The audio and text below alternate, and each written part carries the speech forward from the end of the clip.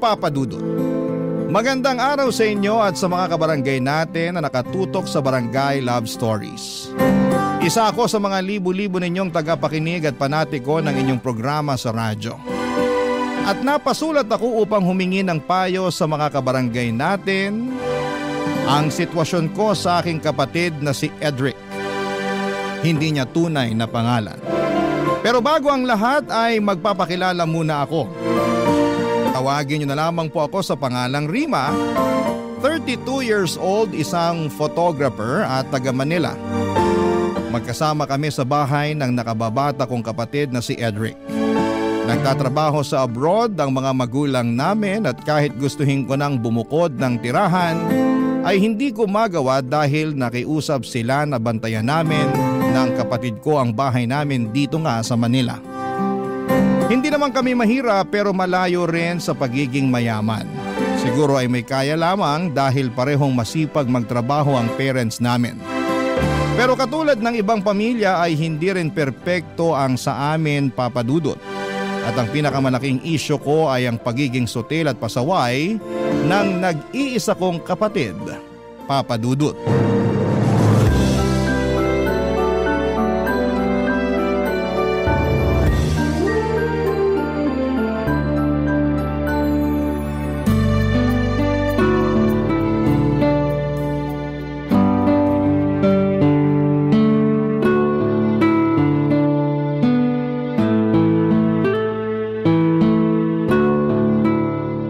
Kainis naman tong engot kong kakampi.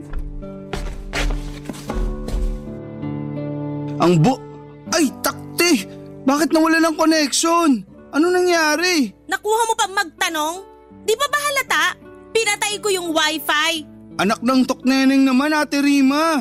Bakit mo ginawa yun? Kita mo naglalaro ako. Oo nga, nakikita ko. Pero naiirita ako sa'yo eh. Wala ka nang ginawa maghapon magdamag kundi maglaro. Pati ba naman paglalaro ko issue sa'yo? Dami mo namang issue sa akin. Madami naman talaga kasi kasalanan mo rin naman. Ano na namang ginawa ko? This oras na ng gabi, di ba?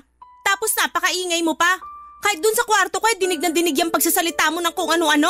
Malamang nagagalit ako sa kakampi ko. Masyadong aanga-anga. Pero ngayon sa'yo na ako nagagalit kasi masyado kang epal. At ako pa talaga ang epal? Sino pa nga ba? Alangan naman ako, ikaw ang nagpatay ng wifi kahit na naglalaro ako. Kung di ba naman epal tawag dun? Sige nga. Wag na wag mo ako matawag-tawag na epal, Edric ha? Ako pa rin ang ate sa ating dalawa. Hindi ko naman nakakalimutan yun. Pero para yatang masyado mo nang ginagamit ang pagiging ate mo sa ating dalawa. Bakit? Masama ba yon? Hindi, pero nakakainis na kasi. Lagi na lang, porke ate kita, ikaw na ang dapat masunod. Sino pa ba ang dapat masunod? Ako naman ang mas matanda sa ating dalawa. Yun na nga eh. Saka huwag mong questionin ang pagiging ate ko kasi di naman ako pala utos sa'yo. Saka kung makapagsalita ka dyan, akala mo kung sino kang pinagbabawalan na gawin ang gusto mo ah. Ang hinihingi ko lang naman konting konsiderasyon, lalo na't gusto ko sana magpahinga.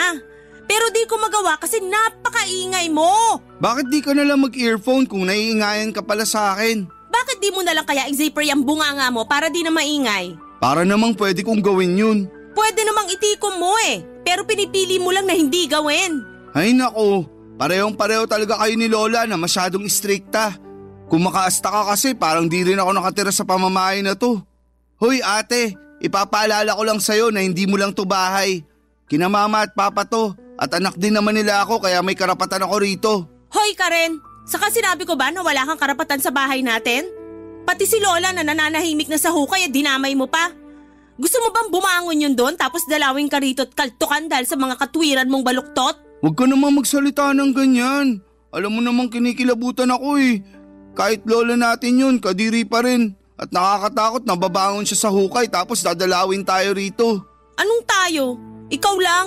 Bakit ako lang? Kasi ikaw lang naman yung pasaway sa atin. Grabe ka naman. Ikaw ang mas grabe. Kung umasta ka, kala mo teenager ka pa rin 26 years old ka na. Nako. Kung pagsasabihan mo na naman ako tungkol sa paglalaro ko ng mobile games, alam ko naman yun. Paulit-ulit ka na lang sa mga sinasabi mo. Daig mo pa yung sirang plaka. Paano ako di magiging sirang plaka napakapasaway mo? Tapos hindi ka pa makaintindi. Talaga masisiraan na ako ng ulo sa'yo, malapit na. Oo na, sige na. Kasalanan ko na. Palagi naman eh. Mabuti pa matulog ka na. Ayoko pa. Kung ayaw mo matulog, edi magpatulog ka. Papa Dudut, wala naman kaming kasambahay para magbuhay hari ang kapatid ko at iasa sa akin ang mga gawaing bahay. Mabuti sana kung hindi ako nagtatrabaho, malamang ay pagod na ako pag uwi ko pa lamang.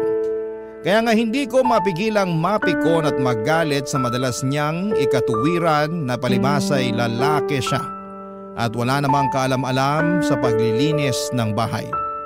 Tapos babae ako, kaya dapat ako ang gumawa ng mga yon. Dahil mas madalas na malayo ang mga magulang namin ay lumaki kami ng kapatid ko sa pangangalaga ng aming lola na siyang nanay ni mama. Pero noong 2021 ay namatay na ito dahil sa katandaan at komplikasyon ng ilang sakit. Lungkot na lungkot ako noon, pero alam ko na hindi na mahihirapan ang lola namin saan man siya naroroon ngayon. Kaya lang ay naging mas mahirap sa akin na pasunurin at sawayin si Edric dahil pakiramdam niya ay pwede na niyang gawin ang lahat ng gusto niya dahil wala na si Lola na madalas ay sumasaway sa kanya noon. Spoiled din kasi ang kapatid kong yun na palaging kinakampihan ni na mama at papa.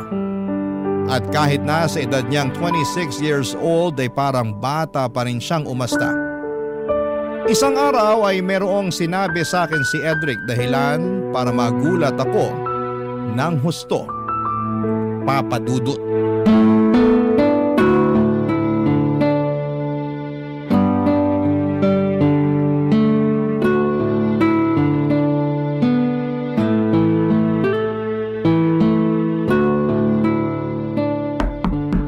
Bukas yan.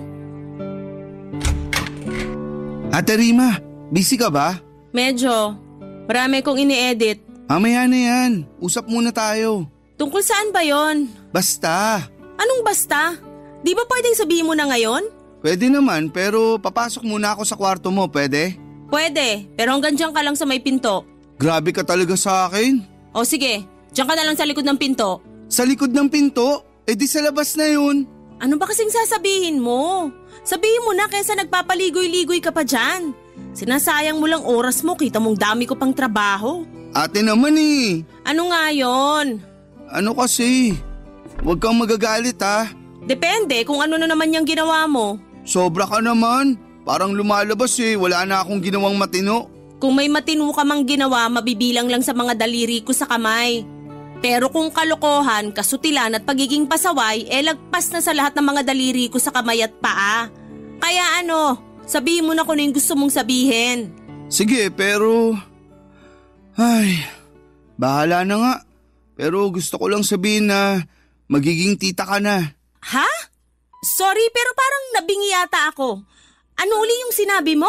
Sabi ko, magiging tita ka na. Paano nangyari yon?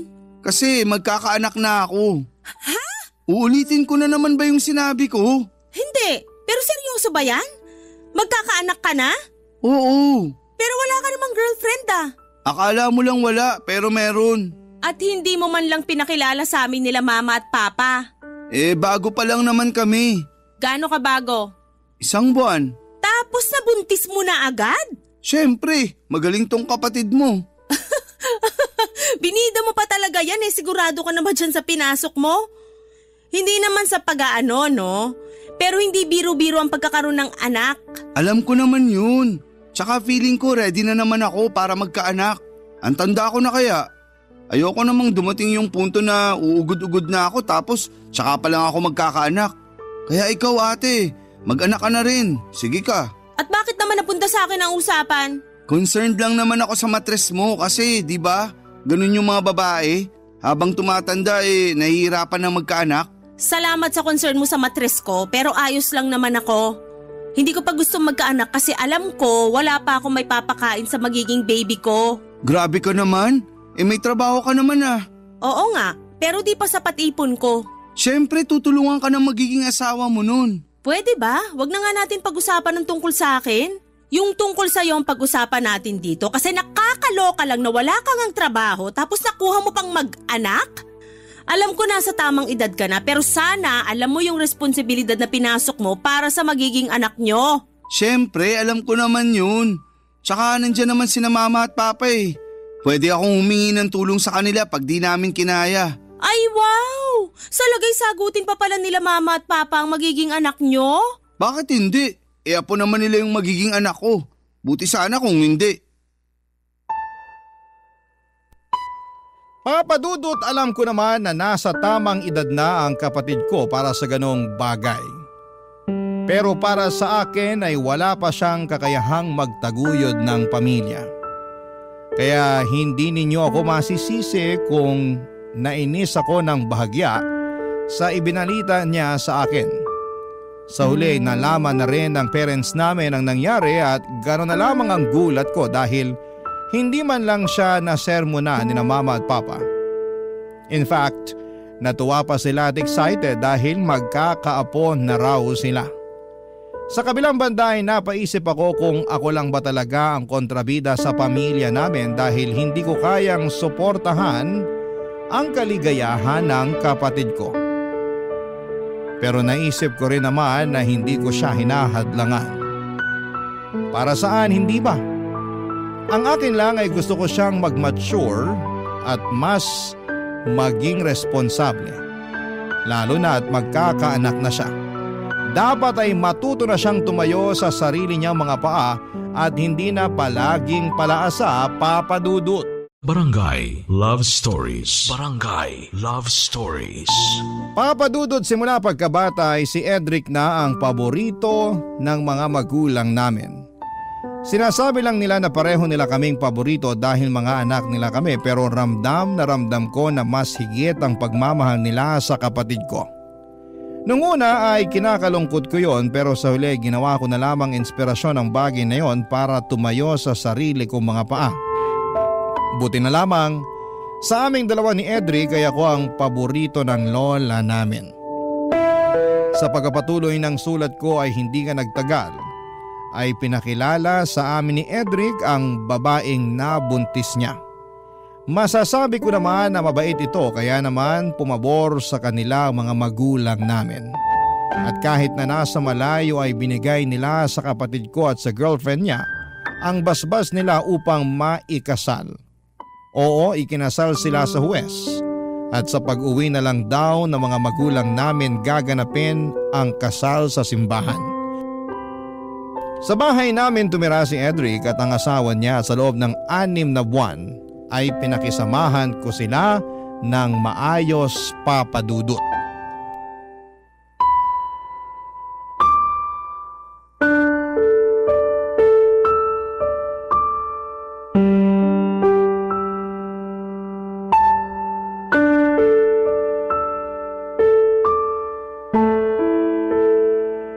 Ay, takte naman! Bopols, wagas! Imbis na pa ganito, pa ganon.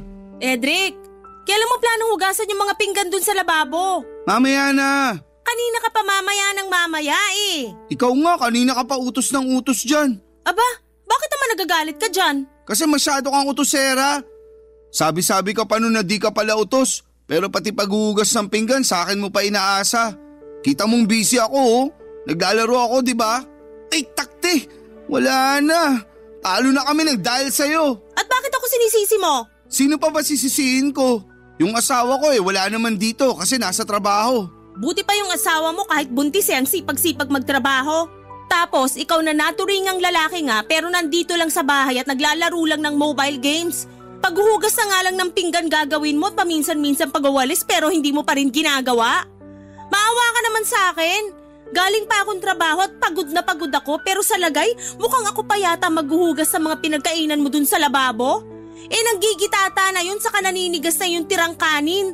Di mo man lang binabaran ng tubig. Dami mo namang ebas eh. Kung ayaw mong hugasan, edi wag. Huwag ka na magsalita dyan. Kairita lang at karindi sa tenga. Dinamay mo pa yung asawa ko. Kinumpara mo pa ako sa kanya di nga yung nagrereklamo. Siya naman may sabi na sayang daw kung magre-resign siya sa trabaho. Lalo't pinaghirapan niya yung posisyon niya ngayon. Kaya pinagbigyan ko. Oh, ikaw, anong plano mo sa buhay? Hihilata ka na lang dito sa bahay at maglalaro ng mobile games hanggang mga anak-asawa mo? Bakit ka ba kasi nakikialam sa amin? Hindi naman sa nakikialam ako. Pero curious lang ako at concerned para sa pamilya nyo. Alam ko naman na wala na akong pake rito. Pero hindi ko lang mapigilan pagsabihan ka lalo na nakatira tayo sa iisang bubong. Para sa akin responsibilidad ko yon kasi ate mo pa rin ako. May katapusan din pagiging ate mo sa akin, lalo na may asawa na ako. Wow ha? Tingin mo ba gusto ko na pinagsasabihan ka pa rin? Siyempre ayoko na kasi nakakasawa na rin. Lalo na parang wala ka namang naiintindihan sa mga sinasabi ko. Kaya lang kung hindi ako, sino magsasabi sa'yo? Pasalamat ka nga may pakialam pa ako sa'yo at sa pamilya mo. Imbis na tingnan mo ng negatibo yung ginagawa ko, bakit hindi ka nalang magpasalamat kasi pinagmamalasakitan kita? Mamaya sa huli sisihin mo pa ako kasi hindi kita pinagsabihan. Tapos ako pa sasabihin mong maraming sinasabi? Totoo naman eh. Marami ka naman talagang sinasabi na hindi na dapat sabihin. Hindi ka lang marunong makinig. Lagi mong minamasama lahat ng pangaral namin sa'yo ni Lola. Tapos tingin mo pa sa amin kaaway mo. Bakit, hindi ba? Hindi naman talaga kasi pamilya tayo. Pamilya raw. Totoo naman ah. Kung pamilya tayo, dapat sinusuportahan mo ako sa desisyon ko nung mag-asawa. Kaso hindi eh. Anong hindi pinagsasasabi mo dyan?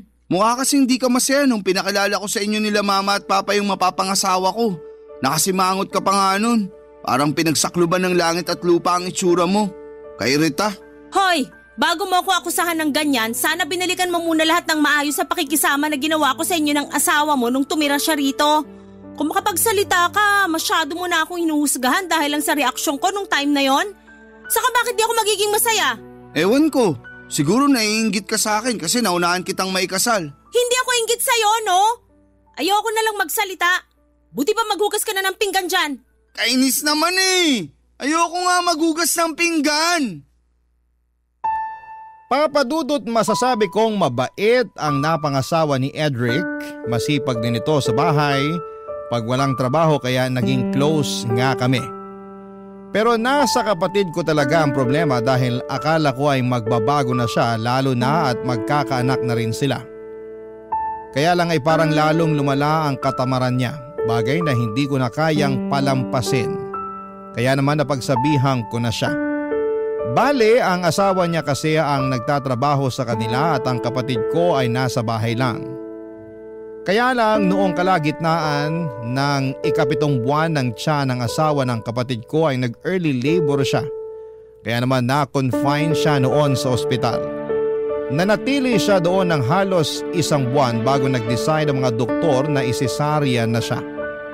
Ako ang nag-asikaso ng mga papeles ng asawa ng kapatid ko mula pagka-ospital hanggang makalabas sila ng baby niya dahil hindi naman maaasahan si Edric. Kahit nakakapagod ay masaya naman ako. Lalo noong ligtas na silang nakauwi na sa bahay namin. Mabilis na nagdaan ng 6 na buwan ang kapatid ko ang naatasang mag-alaga sa anak nila habang nagtatrabaho ang asawa niya. Kaya lang ay meron palang ginawang kalokohan si Edric. Dahilan para magkalamat ang relasyon nila ng asawa niya. Nagkaroon kasi siya ng kabit bagay na kinagalit ko ng husto. Pero dahil likas na mabait ang asawa niya ay mas pinili na lamang nitong makipaghiwalay ng landas sa kapatid ko kasama ang kanilang anak. Makaraan lang ang 1 buwan ay dinala ni Edric sa bahay namin ang kabit niya at ipinakilala pa sa akin, Papa Dudut.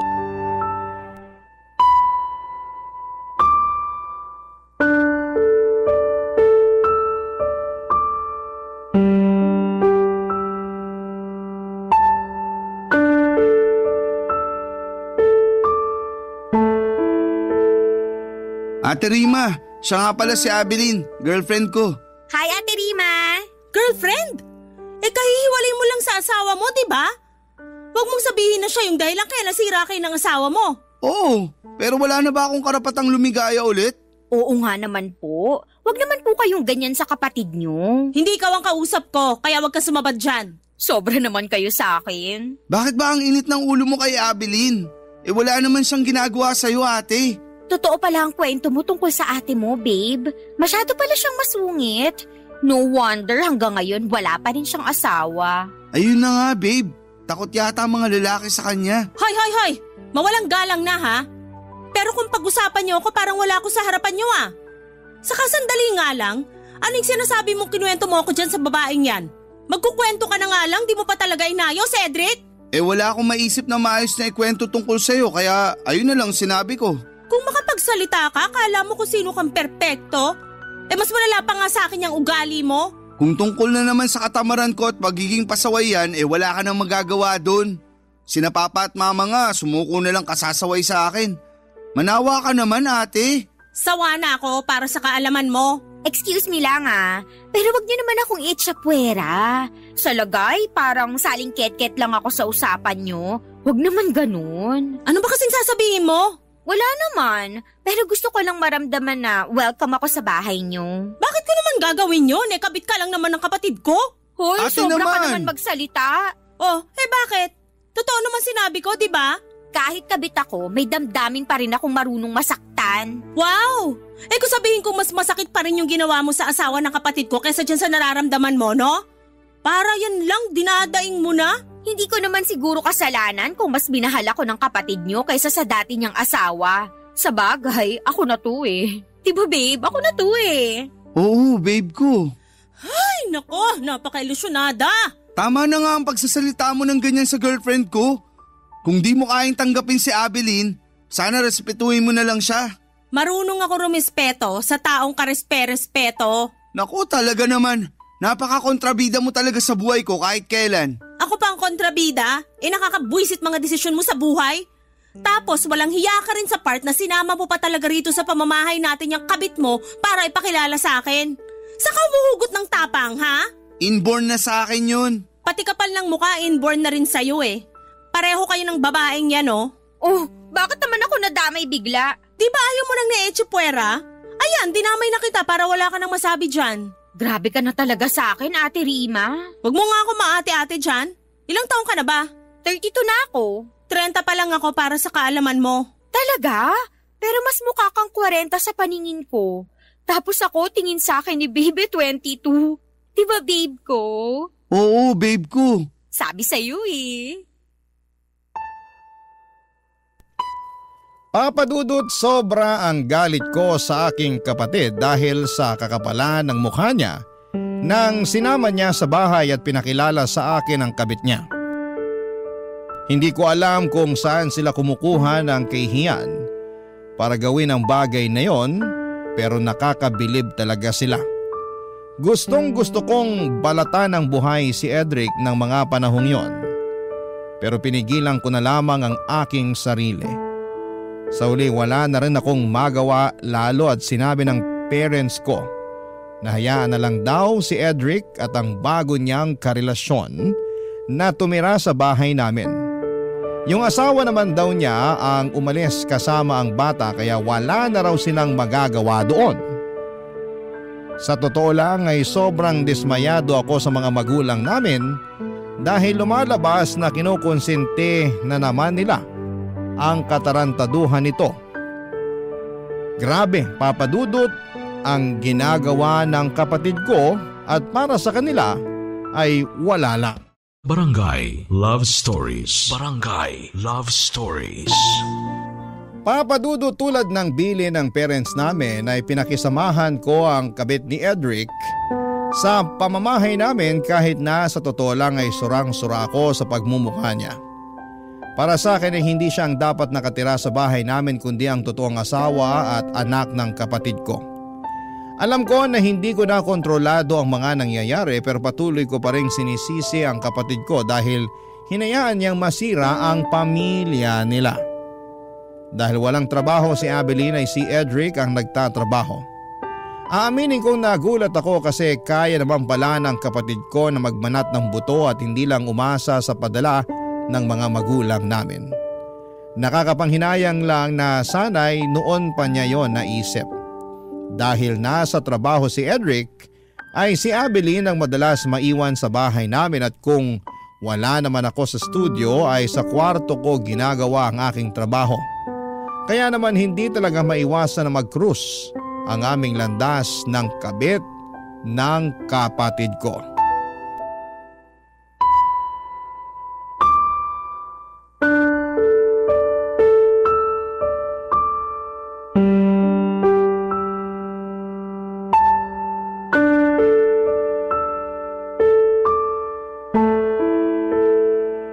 Ate Rima, pwede bang mag-request ng ulam mamaya? Kasi nagsasawa na ako sa purong isda. Ganun ba kayo rito sa bahay? Wala bang karne naman? Lapit na ako magkakaliskis at buntot Ay wow! Ikaw pa talaga na walang ambag sa pagtira rito sa bahay ang malakas sa loob mag-request ng ulam? Sobra ka naman sa walang ambag. Totoo naman eh. Kaming lahat dito, pati na rin mga magulang namin nagtatrabaho. Ikaw lang ang buhay reyna rito. Bagay talaga kayo ng kapatid ko kasi nagbuhay hari rin niya nun sa dati niyang asawa eh. Balita ko nga yung asawa ni Babe ang nagtatrabaho at hindi siya. Pero di yun uubra sa akin dahil gusto ko may provider's mindset ang lalaki.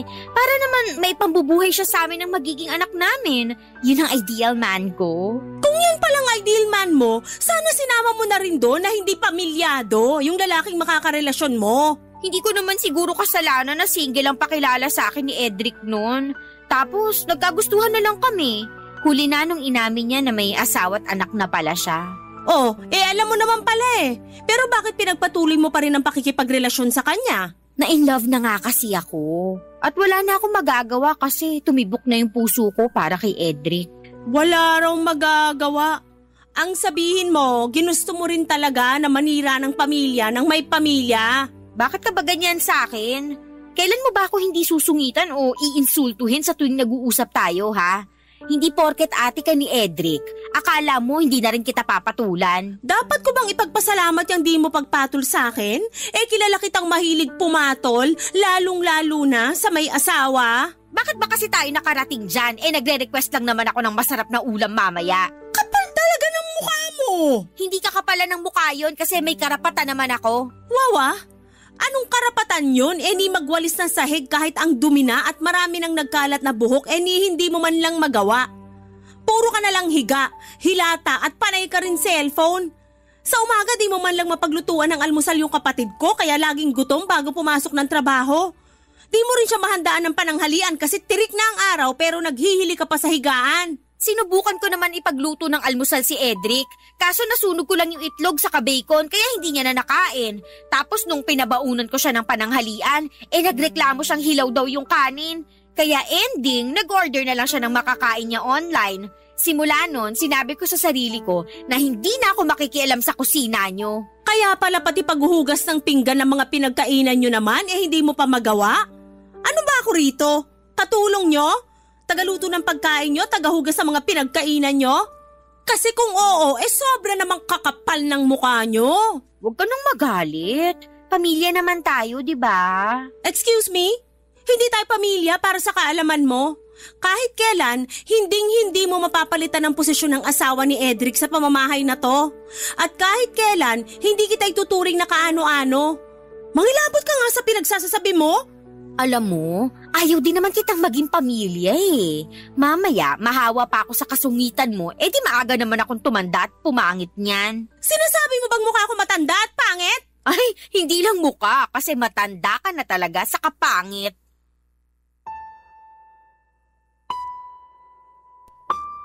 Papadudot wala akong masabi sa kakapalan ng mukha ni Abeline.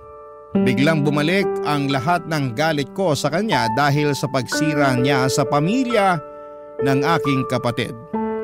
Gusto ko sana siyang sabunutan ng mga panahong yon. Pero nagpigil pa rin ako dahil ayokong ibaba ang aking sarili na kapantay niya. Alam ko na maling magtanim ng galit sa isang tao pero hindi ninyo ako masisisi kung bakit ko nararamdaman yon ng mga panahong yon. Habang tumatagal ay nagiging masikip na ang pamamahay namin para sa aming tatlo, nina Edric at Abeline. At kahit na nagsabi na ako noon sa mga magulang namin na gusto ko nang bumukod, ay hindi nila ako pinayagan. Ayaw din naman daw kasi nila na maiwan lagi sa bahay ang kinakasama ng kapatid ko, lalo at nagtatrabaho ito. Wala akong nagawa sa pakiusap ng parents namin kundi ang sundin sila. Mabilis na lumipas ang isang taon, papadudot. Pinakisamahan ko ng maayos ang kinakasama ng kapatid ko pero hindi pa rin talaga mapigilan ang pagbabanggaan namin ni Abeline kahit na anong lawak ng pangunawa ko sa kanya, papadudot.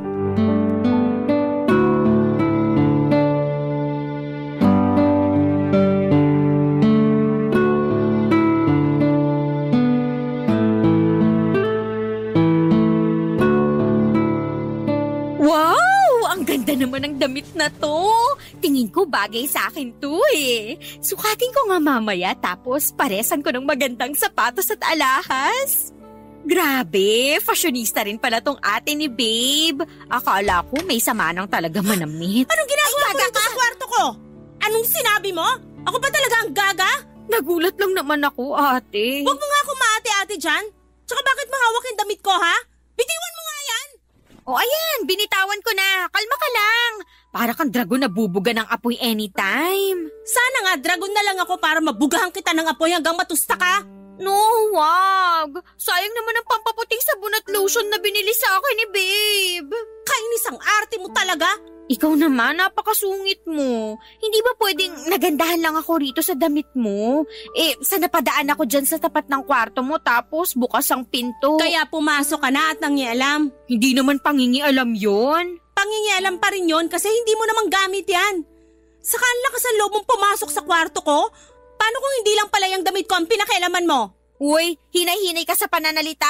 Masama ang mambintang. At masama rin ang pumatol sa may asawa at manira ng pamilya. Alam mo, sumusobra ka na talaga sa mga pinagsasasabi mo sa akin. Hanggang ngayon ba naman hindi mo pa rin ako matanggap bilang parte ng pamilya nyo? Okay naman sa akin mga magulang nyo. Ikaw lang talaga yung may issue. Kahit kailan, hindi kita matatanggap na parte ng pamilya namin. Sana alam mo yan kasi pinasok mo nga yung ganitong sitwasyon. Saka wag mo na rin hinging respetuhin kita, wala ka naman nun. Sobra ka na! Nakakasakit ka na sa mga sinasabi mo. Dapat sa'yo sabunutan! Aray ko! Bitiwan mo ko! Hindi kita bibitawan kasi puno-puno na ako sa'yo! Ganon! Sige, magsabunutan tayo hanggang wala nang bukang isa sa atin! Aray ko! Edric! Edric, tulungan mo ako! Patulong ka pa kay Edric, pagbubuhuling ko lang kayo! Anong nangyayari dito? Tanong-tanong ka ba? Hindi mo ba nakikita na sinasabunutan ako ng ate mo? Ikaw kayang unang na nabunot sa atin! Mabuti pa tigilan nyo na nga yan. Para naman kayong mga tanga eh. Yang babaeng lang yan ang tanga dahil siya lang naman ang pumasok sa kwarto at nangialam ng mga gamit ko. Pagsabihan mo nga yan. Pagsabihan mo rin yung ate mo, babe. Kasi pinagbibintangan niya ako. Paano di kita pagbibintangan? Sige nga. Kahit nahubaran mo pa ako ngayon, wala akong kinuha sa'yo. Kung wala namang nawawala, mali naman yata na pagbintangan mo si Abilene, ate. Sa true ka dyan, babe. Sa ngayon wala pa. Pero anong garanti ako na hindi niya gagawin yon? Pumasok na nga siya sa kwarto ko at nakialam ng gamit ko, di ba? Bakit mo naman kasi ginawa yun, babe? Kasi, basta. Bastahin ko mukha mo eh. Babe, Pwede ba, ate? Manahimik ka na nga dyan. Tagal-tagal na ni Abilene dito. Pero hindi pa rin mawala-wala yung issue mo sa kanya. Sumusobra ka na talaga. Isusumbong na kita kay na mama at papa. Ako ba talagang sumusobra? Kamusta naman kaya kayo ng kinakasama mong yan? Kung sumusobra na pala kami, bakit di ka na lang umalis dito sa bahay? Kahit gustong-gusto kong umalis, ayaw naman nila mama at papa kasi wala na silang tiwala sa inyong dalawa. Pero grabe na talaga kasi malapit-lapit na ako masiraan ng ulo sa inyo. Alam mo, Edric, ikaw talaga may kasalanan nito eh.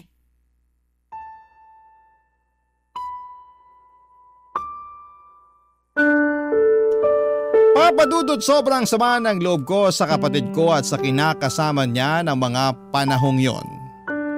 Hindi ko na sila mapakisamahan at nasusura na ako sa mga pagmumukha nila. At kahit na gustuhin ko mang umalis ay hindi ko magawa dahil ayaw kong payagan ng magulang ko. Sinubukan ko naman na tanggapin si Abilene sa pamilya namin pero hindi ko talaga kaya. At hindi ko na alam kung ano ang gagawin ko.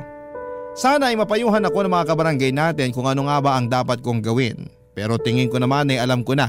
Sadyang gusto ko lang na may mag-push sa akin para gawin ng bagay na naiisip ko. Sa kasalukuyan ay buntis na ang kinakasama ni Edric at mas naramdaman kong lalong lumiit ang bahay namin para sa aming tatlo. Tingin ko ay hindi rin naman talaga alis ang kapatid ko kasama ang kabit niya sa pamamahay namin kaya gusto ko ulit kausapin ang mga magulang namin na payagan na akong bumukod. Alam ko na hindi ko na dapat ini-stress ang sarili ko tungkol sa bagay na ito pero malaki kasi ang epekto ng mga desisyon ng kapatid ko sa akin. Hanggang dito na lamang po ang sulat ko, Papa Dudut, at sana po ay mapili po ninyong i-ere sa inyong programang Barangay Love Stories. Babasahin ko po lahat ng mga komento at suggestions ng mga kabarangay natin sa kung ano nga ba ang pwede kong gawin. Maraming salamat po and God bless sa inyong istasyon. Ang inyong forever kapuso at kabarangay, Rima. Dear Papa Dudut, nagmahal lang naman tayo, ngunit bakit kailangang maging komplikado? Yan ang paulit-ulit kong tanong sa aking sarili dahil sa sitwasyong pinagdaraanan ko sa ngayon. Sabi ng mga matatanda ay kailangan nating pag-isipan ng mabuti kapag pumasok tayo sa isang relasyon. Kaya nga matagal-tagal din simula nang naisipan kong oras na para bumuo ako ng sarili kong pamilya. Masasabi ko kasi na hindi ako swerte sa pag-ibig at marami-rami na rin akong kabiguan na naranasan sa nakaraan. Sa kabila ng lahat ay naniniwala pa rin ako na matatagpuan ko ang babaeng para sa akin. Bago ko ituloy ang pagkukwento ay gusto ko munang bumati ng isang maganda at mapagpalang araw sa lahat ng mga kabarangay natin na nakikinig sa Barangay Love Stories. Tawagin niyo na lamang po ako sa pangalang Adler. 34 years old, taga Pasig at nagtatrabaho bilang web developer sa isang pribadong kumpanya. Nasabi ko na marami na akong kabiguang pinagdaanan sa ngalan ng pag-ibig, kaya matagal-tagal din akong hindi pumasok sa relasyon. Pero noong 2024 ay naisipan kong mag-install ng isang dating app at doon ko nakilala ang isang babae na papangalanan ko na lamang na Livia. Pagkalipas ng isang linggong pag-uusap ay nag-decide kaming lumabas at magkita na, Papa Dudut.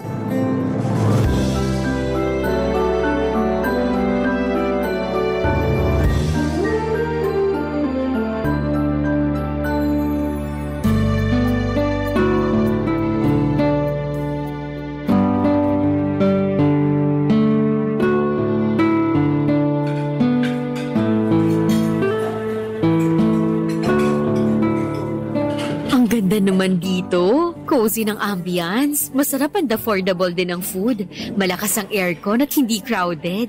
In fairness, ang galing mong humanap ng date spot. Thank you, pero nag-search talaga ako online ng pwedeng puntahan dito sa Pasig. Thanks ulit kasi pumayag ka makipagkita sa akin. Nako, walang anuman. Thank you rin kasi ang effort mo, napabilib mo ko. Nahiya tuloy ako. Huwag ka na mahiya, ako lang naman to. Kung ganon, isa ka palang teacher? Tatanungin ko pa lang sana kung paano mo nalaman eh. Nakalimutan ko naka-uniform pala ako.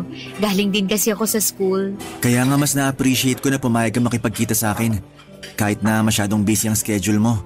Bakit naman hindi? Maayos ka namang kausap. Saka gusto ko rin naman lumabas-labas gawa ng malapit na akong masiraan ng ulo sa pagtuturo. Kahit pala mahal mong isang bagay, dumarating pa rin yung punto na mapapagod ka. Burnout yata ang tawag doon, basta? Oo, totoo rin naman yan. Kaya thank you kasi niyaya mo akong makipagkita sa'yo. Walang anuman. Alam mo, naging masaya talaga ako nitong mga nakaraang araw na kausap ka. Bukod kasi sa may sense ka, mature ka rin. Bagay na hanap ko sa isang lalaki. Dami ko na rin kasing nakausap sa dating app na yon, pero puro isip bata. Tapos literal na mas bata pa sa akin, ayoko naman mag-alaga ng ganun. Buti sana kung anak ko sila, hindi naman. Sarili ko ang anak, hindi ko naaalagaan. May anak ka? Meron, at yun nga yung gusto kong sabihin sa'yo pag nagkita na tayo. May anak na akong lalaki. Bale, 14 years old na siya pero hindi nakatira sa akin kasi iniwan ko siya sa nanay ko nun sa probinsya. Maaga kasi ako nabuntis pero may pangarap pa ako makapagtapos ng pag-aaral. Kaya mula sa probinsya namin, naglakas loob ako lumuwas sa Manila nung nangailangan ng mananahi ang tiyahin ko sa patahian niya.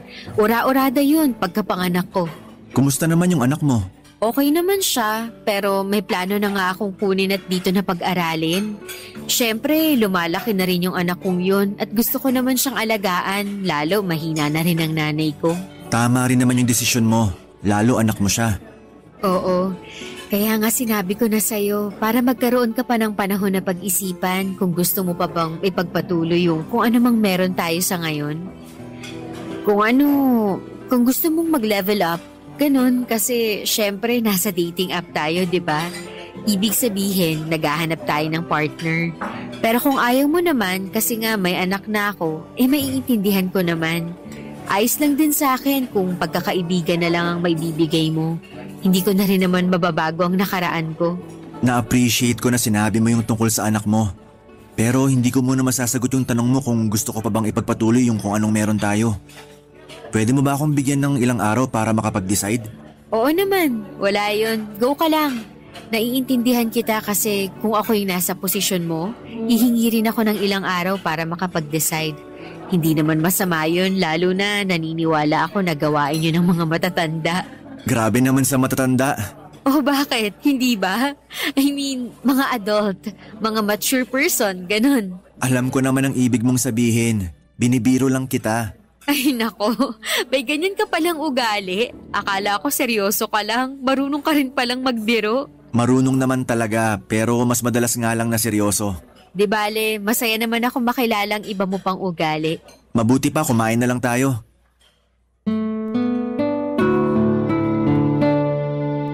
Papadudot, aaminin ko na nagulat ako sa ipinagtapat sa akin ni Livia at bagyang hindi nakaimik kaagad. Pero na-appreciate ko ng husto ang pagsasabi niya sa akin ng katotohanan at pagbibigay sa akin ng panahon upang pag-isipan kung gusto ko pang magpatuloy sa aming relasyon. Wala namang kaso sa kanya kung umayaw ako dahil tama rin naman siya nang sabihin niyang hindi na niya mababago ang kanyang nakaraan. Kung ilalarawan ko si Livia, masasabi kong maganda siya, mabait at kuwela. Ang dami niyang kwento, halos hindi nga maubusan kaya na-enjoy ko ng husto ang pagkikita naming yon. At kahit na nakakapanibago dahil noon lang ulit ako may kinitang tao, ay pakiramdam ko ay matagal na kaming magkakilala ni Livia. Siya kasi yung tipo na hindi ka maiilang kasama.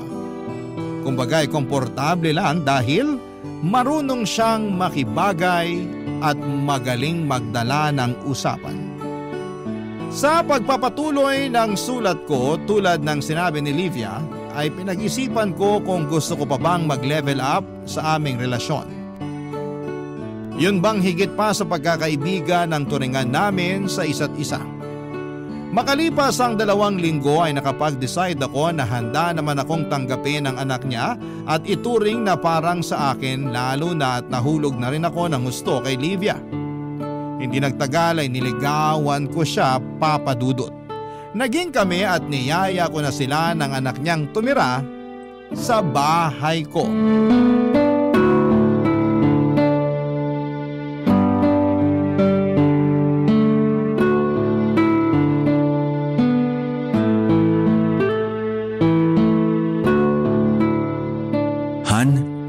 Pwede ba tayong mag-usap? Oo naman, tungkol saan? Sa anak mo.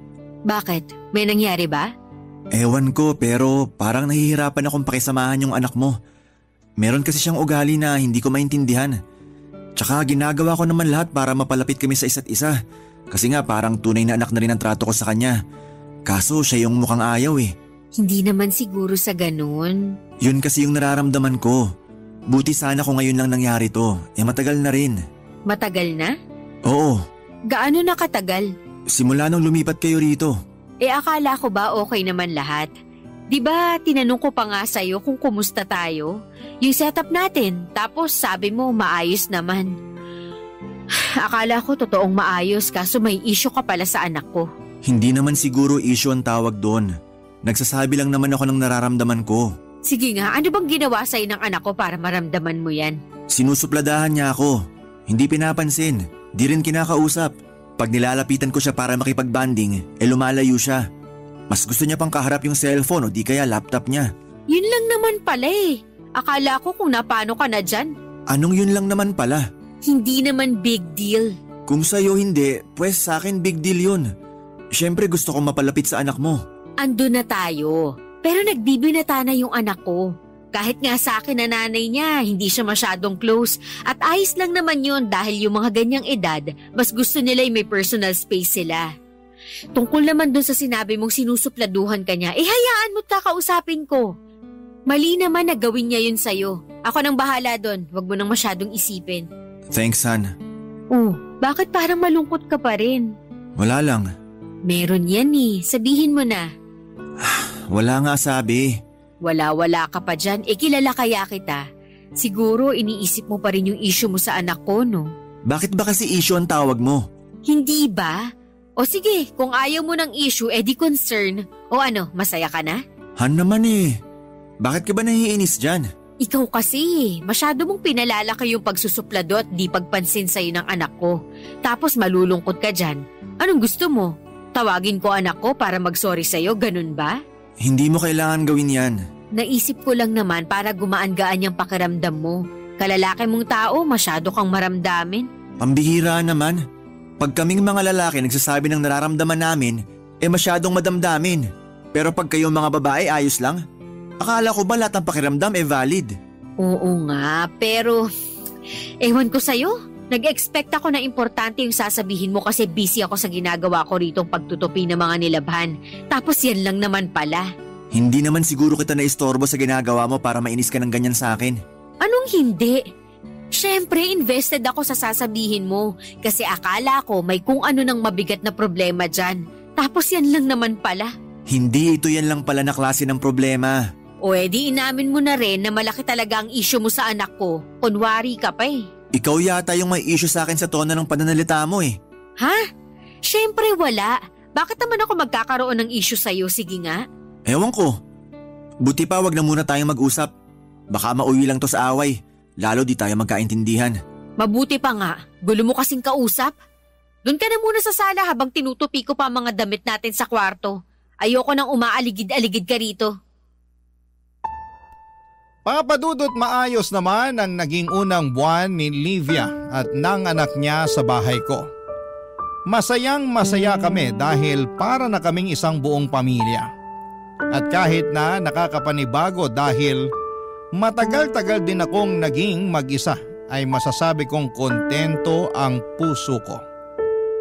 Kaya lang may mga pagkakataon na hindi ko maiwasang ma-frustrate lalo na at hindi ko makuha ang loob ng kanyang anak. Hindi ako magaling makisama sa mga bata dahil hindi nga close sa akin ang mga pamangkin ko. Pero hindi naman ako masamang tao at hindi rin ako isnabero. Kaso'y sobrang sutil at suplado ng anak ni Livia at kulang na lang ay sukuan ko. Kaya nga hindi ko na napigilang magsabi ng nararamdaman ko sa aking kinakasama. Sa kabilang banda ay naisip kong tama rin naman siya, Papadudot. Bakit nga ba hindi ko pa ginagawa ang lahat ng pwede kong gawin para mapakisamahan ang kanyang anak, Papadudot? Barangay Love Stories. Barangay Love Stories. Papadudot, dahil mahal ko si Livia ay sinubukan ko ring mahalin ang anak niya. Kaya naman ginawa ko ang makakaya ko upang magpakamagulang sa batang hindi naman ang galing sa akin.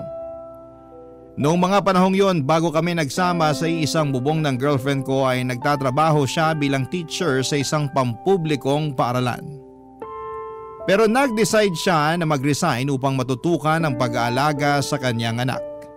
Simula nang kunin niya ito sa magulang niya. Gusto raw kasi niyang bumawi sa mga panahong hindi niya ito nakasamang lumaki. Bagay na hindi ko naman tinutulan dahil kaya ko naman silang buhaying mag-ina. Kaya nga nagpakaasawa at tatay ako sa maliit naming pamilya ni Livia at masaya naman ako sa sitwasyon naming yon.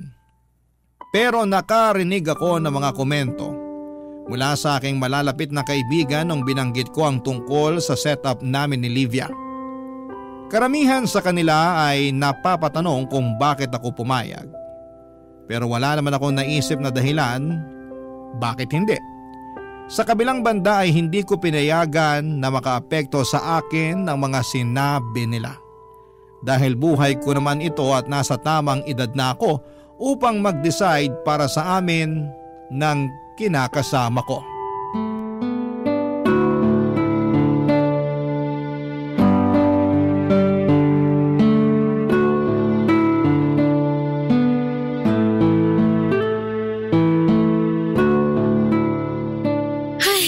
Naku, paano na to? Natatakot na ako. Natatakot saan? Nakakagulat ka naman, Han. Sorry, pero ano ba kasi yung kinatatakutan mo? Meron ba akong sinabi? Oo, ngayon lang at narinig ko. Naku, wala yun. Hayaan mo na. Han, may pera ka ba dyan? Ha? Bakit? Anong bakit? Siyempre, ipambibili ko ng grocery dito sa bahay. Paubos na yung ulam natin eh. Tapos kaunti na lang din yung bigas. Akala ko na grocery ka na. Di ba binigyan na kita ng pera nung nakaraan? Oo nga, pero kulang yun. Paanong kulang Bakit ba ang dami mong tanong? Hindi ba pwedeng magbigay ka na lang? Para rin naman sa atin yun. Hindi naman sa ganon. Siyempre napapaisip lang ako kung bakit kinulang. Dati naman sobra-sobra pa nga sa pang-grocery natin yung pera na binibigay ko. Dati yun. Ano akala mo, hindi tumataas sa mga bilihin? Palibasa, wala kang alam kasi hindi ikaw ang nag-grocery. Huwag ka naman magsalita ng ganyan. Totoo naman eh. Bakit ka ba kasi naiinis? Nagtatanong lang naman ako. Dami mo kasing tanong, ayaw mo na lang magbigay. Magbibigay ako. Pero gusto ko lang malaman mo na hindi ko naman pinupulot ang pera. Sinasabi mo ba na inaaksay ako sa kung saan yung perang binibigay mo? Wala akong sinasabing ganyan. Bakit ba ang layo na ng narating ng usapang to? Ang hirap sa'yo, lagi mong minamasama mga sinasabi ko. Intindihin mo muna kaya pinanggagalingan ko bago ka magsalita ng ganyan. Nakakasakit ka na eh. Tapos ako pa sasabihan mong madamdamin. Sorry na, okay? Masyado lang akong frustrated. Halata nga. Pero mali naman na sa akin maibuntun yung frustrations mo. Kaya nga nagsusorry na ako. Ano pa bang gusto mong gawin ko? Lumuhod ako at magmakaawa sa'yo na patawarin mo ko? Hindi. Pero gusto kong sabihin mo sa akin yung dahilan kung bakit ka nagkakaganyan. Alam kong may nangyari kaya sabihin mo na sa akin. Naman eh, kailangan mo pa ba talagang malaman? Oo, kasi paano kita matutulungan, di ba? Sabagay, pero baka kasi magalit ka sa akin. Kilala mo ako na pasensyosong tao. Pero mas magagalit ako kung hindi mo sasabihin. Sige na Han, sabihin mo na. Susubukan kong intindihin ano man yan sa abot na makakaya ko. Ang totoo kasi, kaya nagkulang yung budget natin kasi pinambayad ko ng utang yung kalahati dun sa perang binigay mo. Ayaw ko naman sanang gastusin dun kaso wala na akong pera eh. Saka tinatakot na nila ako na kailangan ko na raw magbayad dahil kung hindi, idedemanda nila ako. Kaya napilitan ako tapos ngayon nagfa-follow up ulit sila. Akala yata ng mga tukmol na yun marami akong pera. Sandali. Utang saan? Sa kakilala ko. Hiniram ko yun nung may trabaho pa ako. Binabayaran ko naman kaso nga nawalan ako ng trabaho, di ba? Pero bakit ngayon mo lang sinabi sa akin ang tungkol sa bagay na yan? Wala lang. Saka sabi ko nga nababayaran ko naman noon. Kaso ngayon na-delay na. Hindi rin naman lahat kailangan mong malaman. Yun lang ba yung utang mo? Ang totoo, meron pa akong ibang utang. Han naman! Huwag ka nang magalit sa akin. Inutang ko naman yun nung hindi pa tayo magkakilala eh.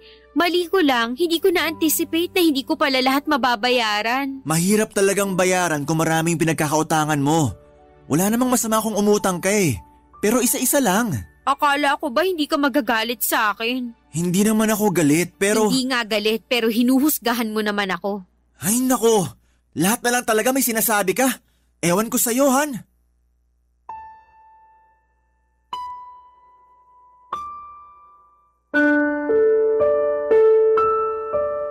Papadudot, magdadalawang buwan pa lamang kaming magkasama sa isang bubong ni Livia nang mangyari ang bagay na yon.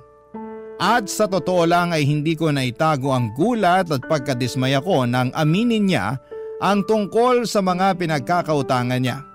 Alam ko naman na normal na nagkakautang ang isang tao pero hindi ko akalain na marami pala siyang nahiraman, hindi lang pera kundi mga produkto mula sa mga tao at ilang credit company.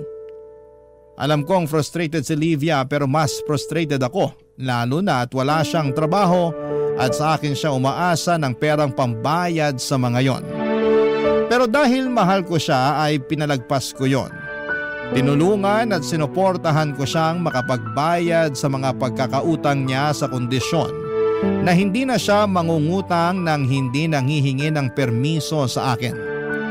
Sumang-ayon naman si Livia at sinabi niyang pagsisikapan niyang makapaghanap ng trabaho upang makatulong sa pagbabayad ng mga utang niya. Plano kasi niyang maging private tutor online noong nag-resign siya sa pagtuturo. Bagay na hindi ko naman tinutulan pa. May advantage rin kasi ang trabahong yon katulad ng matututukan niya ang kanyang anak habang kumikita siya ng pera, Papa Dudut.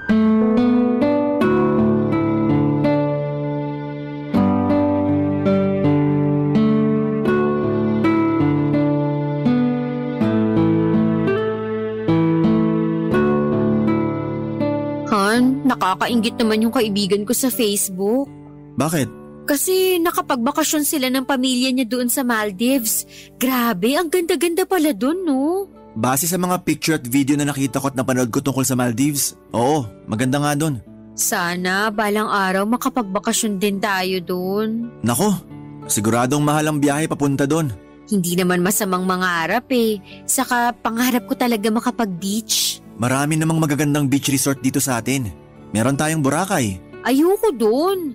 Masyado nang nilaspag ng mga tao, artista, foreigner o influencer. Kahit hindi pa ako nakakapunta sa Boracay, nagsasawa na akong panoorin yun sa social media. Saka gusto ko yung bonggang-bonggang beach na hindi pa napupuntahan ng iba kong friends sa Facebook. Kung gusto mo talagang pumunta sa Maldives, baka abutin pa tayo ng ilang taon sa pag-iipon. Diba may credit card ka naman? Bakit kaya hindi mo muna utangin yung pera na gagastusin natin papunta dun? Hindi aabot ang credit limit ko. Tsaka sinasabi ko sa'yo na masyadong mahal ang gagastusin natin. Kung gusto mo talagang mag-beach, dito na lang sa Pilipinas. Ano ba yan? Kuripot mo naman? Ako pa talaga ang kuripot? Nakikipagtawaran lang naman ako sa'yo. Sinabi ko bang hindi tayo magbi-beach kung talagang gusto mo? Sa imposible talaga yung gusto mo na mag-Maldives tayo. Di mo ba yun naiintindihan? Naiintindihan naman, lalo ikaw lang ang may trabaho sa ating dalawa tapos may mga utang pa akong binabayaran mo rin. Ayan naman pala Tapos gusto mo pa ako mangutang para lang pambakasyon natin. Parang hindi naman yata wais yun, Han. Malulubog tayo niyan Ay, sorry na. Masyado lang yata ako nainggit sa kaibigan ko kasi buti pa siya nakapag-enjoy at naipasyal ng asawa niya sa magandang lugar katulad ng Maldives. Huwag mo naman sana akong ikumpara sa asawa niya.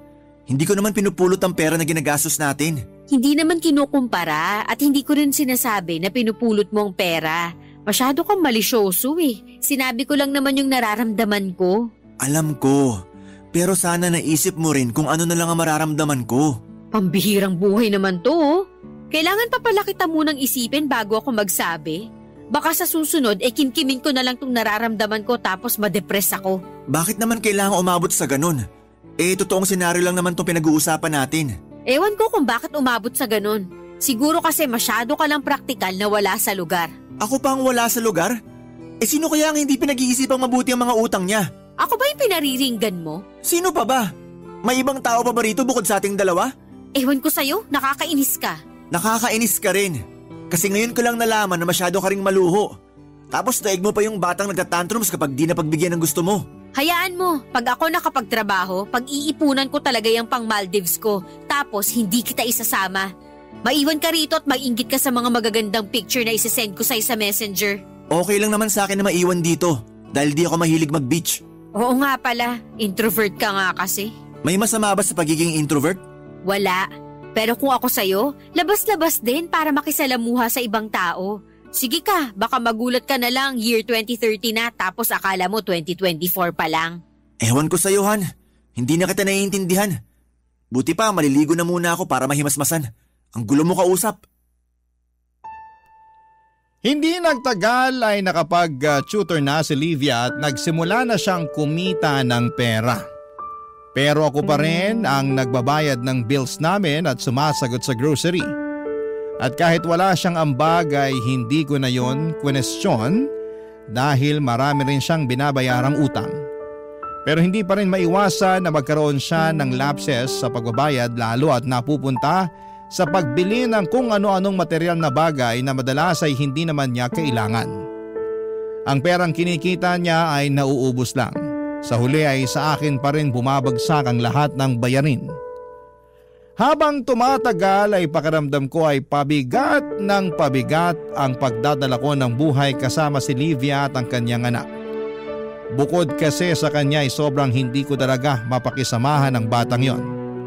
Palasagot, hindi makausap ng matino kasi puro kasarkastikuhan ang alam at hindi rin marunong gumalang sa mga nakakatanda sa kanya.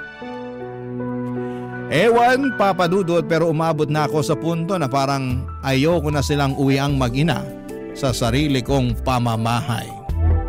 Barangay Love Stories. Barangay Love Stories. Papa Dudut, malapit ko na tuloy isipin na tama ang mga kaibigan ko nang sabihin nila sa akin na hindi magandang ideya na minadali ko ang pakikisama sa babaeng may anak. Ibang usapan na raw kasi kapag may batang involved tapos ay hindi ko pa kasundo. Parang mabigat kasama sa bahay, which is totoo naman. Bukod doon ay umasa ako na pagsasabihan ni Livia ang anak niya katulad ng sinabi niya sa akin noon pero hindi naman niya ginawa yon. May isang beses na sinabihan niya ako na bata yon at dahil ako naman ang nakatatanda ay hayaan ko na lamang at ako na lamang daw ang mag-adjust. Doon ko nga na-realize na hindi pala biro ang pagkakaroon ng anak, lalo na kung hindi mo kasundo at mapasunod. May mga paraan akong naiisip pero ayoko namang gawin dahil baka ibang maging interpretasyon ni Livia. Baka isipin niya inaaway ko ang anak niya kahit gusto ko lang namang pagsabihan o sawayin. Pansin ko kasi na kahit sutil ang anak niyang yon ay mahal na mahal niya. Mas pinagtatanggol pa nga niya kesa sa akin kaya alam ko na hindi niya ako kakampihan kahit na magunaw man ang mundo. Isang araw ay merong nangyari dahil upang pagdalunan namin, yon ang husto ng kinakasama ko, Papa Dudut.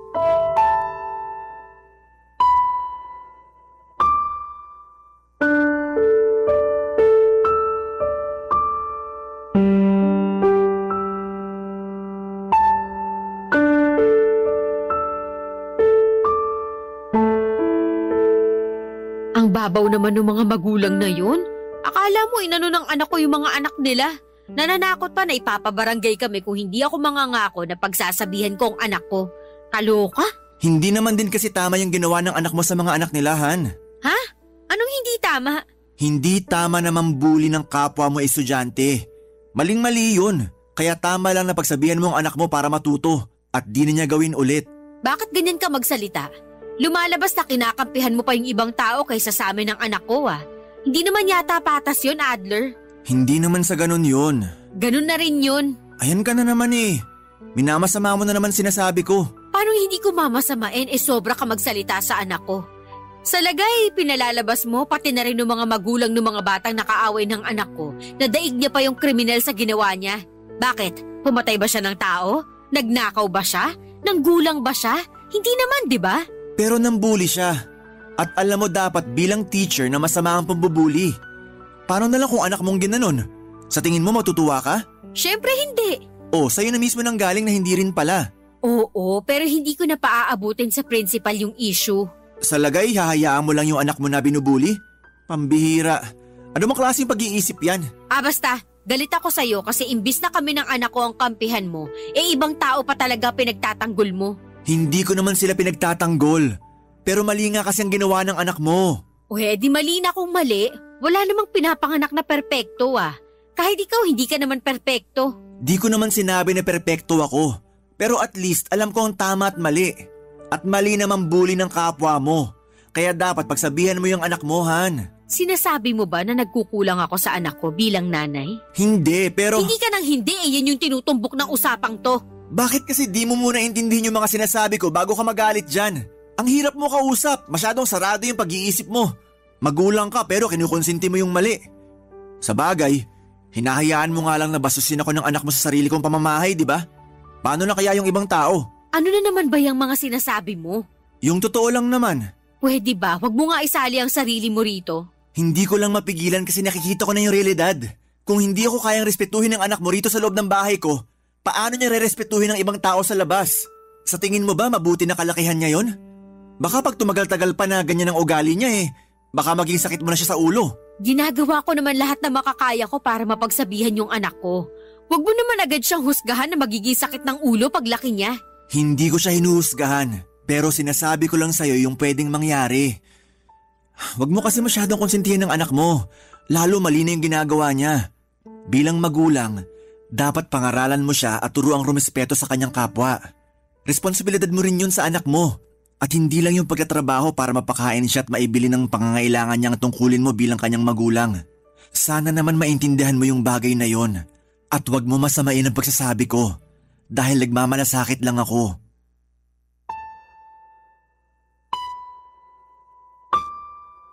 Papa Dudut, hindi ko akalain na ako pala ang mas lumabas na masama kahit na yung anak naman niya talaga ang mali sa ginawa nitong pambubuli. Hindi ko rin mapigilang madismaya sa asal ni Livia noong kinampihan niya pa ang anak niya at kinunsinte sa ginawa nito. Ilang araw din kaming hindi nagpansinan ng kinakasama ko pero nagkabatire naman kami, Papa Dudut. Katulad ng dati, pinagpasensyahan ko sila at pinalagpas ang mga nangyari. Kaya lang pakiramdam ko sa araw-araw na lang na nagdaraan ay nababawasan na ang pagmamahal ko kay Livia. Paulit-ulit kasi akong nadidismaya sa mga desisyon niya sa buhay. Sa ugali niya at sa pakikitungo niya sa akin. Isama niyo pa yung anak niya na kay bata-bata pa pero napaka-barumbado na. Isang beses nagsuggest ako na ipa-counseling niya ang kanyang anak pero na-offend si Livia. At sinabihan ako ng pagalit na hindi raw baliw ang anak niya para gawin ang mga bagay na yon. Nasabi ko na lang tuloy sa sarili ko na suko na ako at gusto ko na lamang kumawala sa aming relasyon, Papa Dudut.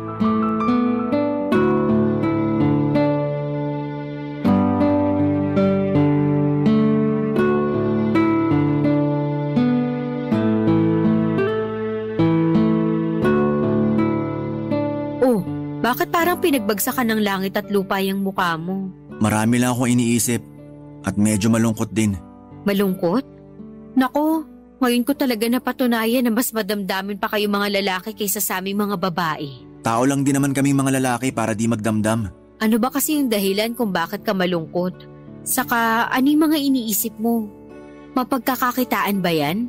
Pera na lang ba talagang mahalaga sa'yo? Hindi, pero mahalaga naman kasi ang pera. Ewan ko sa'yo, Han. Parang hirap na akong intindihin ka kasi di mo naman ako maintindihan. Paano kita maiintindihan hindi mo naman sinasabi ko anong iniisip mo? O kung meron nga ba talaga para malaman ko? Para lang sa kaalaman mo, hindi ako manghuhula. Gusto mo talagang malaman? Oo, sabihin mo. Iniisip ko lang naman na gusto ko na makipaghiwalay sa'yo. Ano? Anong ano? Bakit mo biglang naisip yan? Bakit mo gusto makipaghiwalay sa akin, ha? Kasi pagod na ako. Pagod na akong pakisamahan kayo ng anak mo. Ano ba kasing ginawa namin ng anak ko sa'yo, ha? Bakit bigla ka na lang napagod ginagawa naman namin lahat para maging okay tayo, di ba? Oo nga. Ginagawa mo kasi sabi ko. Kapag di ko naman sinasabi, wala kang ginagawa Madalas minamasama mo pa yung mga sinasabi ko. Saan na lang ako lulugar niyan? Sige nga. Parang ang unfair naman na bigla mong gusto makipaghiwalay ng dahil sa bagay na pwede naman nating pag-usapan at ayusin. Pinag-uusapan naman natin, di ba? Pero palagi na lang ba ako yung mag-iisip ng pwede nating gawin para mag-workout tong relasyon natin? Kasi kung oo, gusto ko lang din malaman mo na napapagod na rin ako. Buti sana kung sinusunod mo lahat ng mga sinasabi ko. Karamihan dun binabaliwala mo. Bakit? Kasi di naman tayo kasal kaya parang wala akong karapatan magsalita sa pamamahay na to? Na hindi ko naman totoong anak yung anak mo kaya di ko pwedeng pagsabihin at itama? Kasi kung yun lang naman din ang tingin mo sa akin, mas mabuti pa nga na maghiwalay na tayo. Unfair na kung unfair. Pero wala na akong pakialam. Please, Adler. Huwag mo naman akong hiwalayan. Hindi mo na ba ako mahal? Hindi mo na ba kami mahal ng anak ko? Mahal ko kayo. Pero napapagod na nga ako. Hindi ko na alam kung anong tamang gawin. Kaya ang naisip mong solusyon yung pakikipaghiwalay? Oo. Pues dyan ka nagkakamali. Kung mahal mo ako, hindi mo kami bibitawan ng anak ko. Nangako ka sa amin noon na tatanggapin mo kaming mag-ina, di ba? Tinanggap ko naman kayo ah. Pinatira ko kayo sa bahay ko. Tinuring kong parang tunay na anak ang anak mo. Nangarap din ako na balang araw, mapapakasalan kita. Yun naman pala eh. Kaya bakit ka makikipaghiwalay? Pagod ka lang naman. Pwede pang mawala yan. Tapos marirealize mo na hindi ka makipaghiwalay sa akin. Hindi ko lang naman to naisip ng isang beses. Maraming beses ko na itong pinag-isipan bago ko sinabi sa'yo. Kaya nga desididong-desidido na ako. Pag-isipan mo pa ulit kahit isang beses. Parang awa mo na. Huwag mo kong hiwalayan.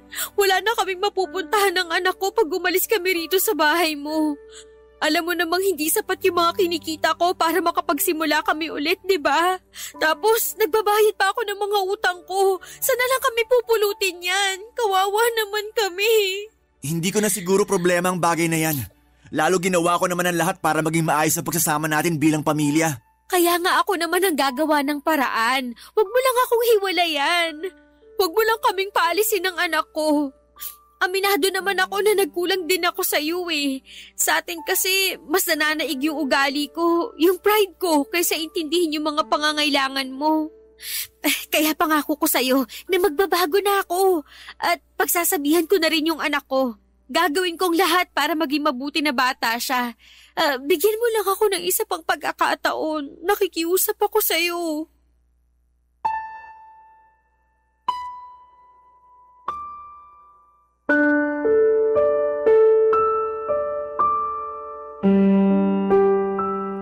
Papadudo, totoo naman na mahal ko pa rin si Livia.